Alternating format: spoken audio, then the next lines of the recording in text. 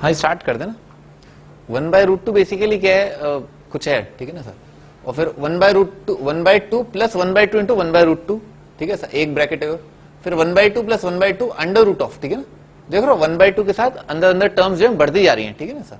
1/√2 का root 1/2 plus 1/2 into पिछला bracket, ठीक है ना। 1/2 प्लस 1/2 इंटू पिछला ब्रैकेट का रूट, 1/2 प्लस 1/2 इंटू पिछले ब्रैकेट का रूट, ठीक है ना, ऐसा। और वो पूरा ओवरऑल रूट के अंदर, ठीक है ना, इस तरह से टर्म बढ़ती जा रही है। 1/2 जो है, 1/2 को आप क्या मान सकते हो, cos 30, cos π/3, cos 60।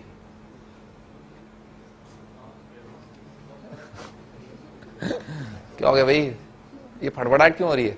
1/2 जो है cos 60 होता है, नहीं?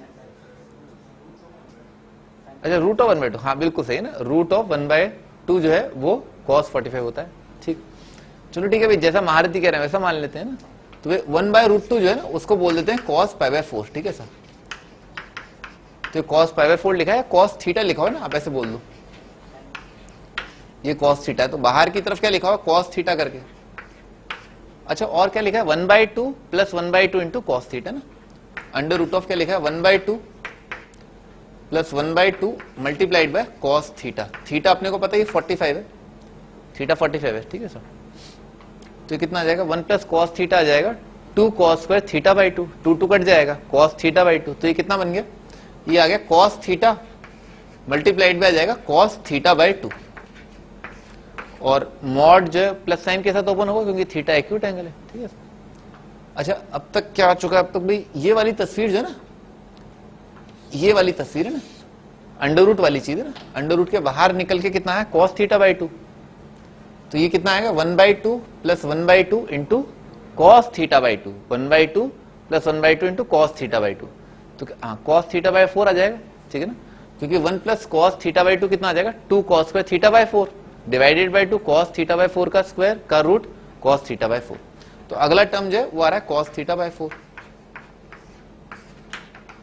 ठीक है ना। आगे जाते जाएंगे, कितनी बार आ रहा है, इनफाइनाइट बार। अभी इनफाइनाइट लगाने का टाइम नहीं है, आप तो n के लिए गिन लो, ठीक है ना। अपन n को इन्फिनिटी टेंड करा देंगे। तो जैसे यहां पर जो है, यहां पर कितना आ रहा है, ये आ रहा है 2 की पावर 0, ये आ रहा है 2 की पावर 1, ये आ रहा है 2 की पावर 2। तो nth टर्म अगर मैं देखूं, ठीक है ना, तो आएगा cos थीटा अपॉन 2 की पावर n माइनस 1। दिख रहा है ना, n की जगह 1 रखा पहला, n की जगह 2 रखा दूसरा, n की जगह 3 रखा तीसरा, n की जगह n रखा nth, ठीक है ना। अच्छा, इसको इवेल्युएट करने के लिए क्या किया, ये आपको याद होना चाहिए कि कंटिन्यूट प्रोडक्ट का सवाल है, ठीक है ना। cos के कंटिन्यूट प्रोडक्ट के लिए क्या करते हैं, साइन ऑफ स्मॉलेस्ट एंगल से मल्टीप्लाई डिवाइड करते हैं, साइन थीटा अपॉन 2 की पावर n माइनस 1 और divided by sign of theta upon 2 की पावर n माइनस 1। इससे अपन ने मल्टीप्लाई डिवाइड किया, sine theta cos theta sine 2 theta by 2, sine theta cos theta sine 2 theta by 2, sine theta cos theta sine 2 theta by 2, और अंत में कितना आएगा, sine theta cos theta sine 2 theta by 2। इस angle का दुगना आएगा, साइन 2 थीटा आएगा, तो ऊपर आ जाएगा साइन 2 थीटा।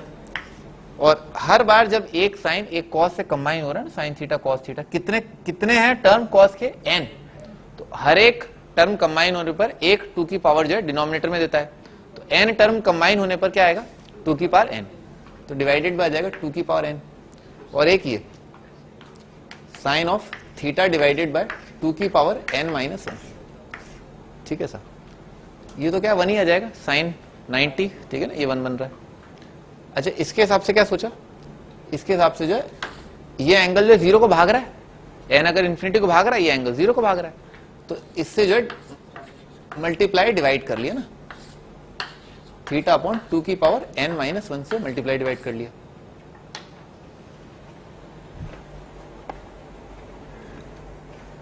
तो ये वाली चीज है ना, sine theta divided by sine alpha divided by alpha, limit alpha tending to 0 कितना आ जाएगा 1, ये तो 1 आ गया।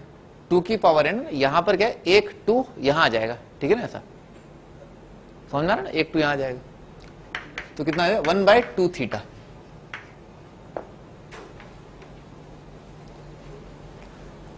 समझ में आ रहा ना, एक 2 यहां पर कटेगा, ठीक है ना, 2 थीटा आपका आंसर, 1/2 थीटा ना, थीटा क्या माना था π/4।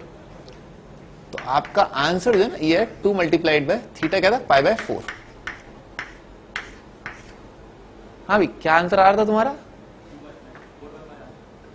नहीं, तुम्हारा आंसर क्या आ रहा था? ये आ रहा था क्या? ठीक है ना, ये आपका आंसर।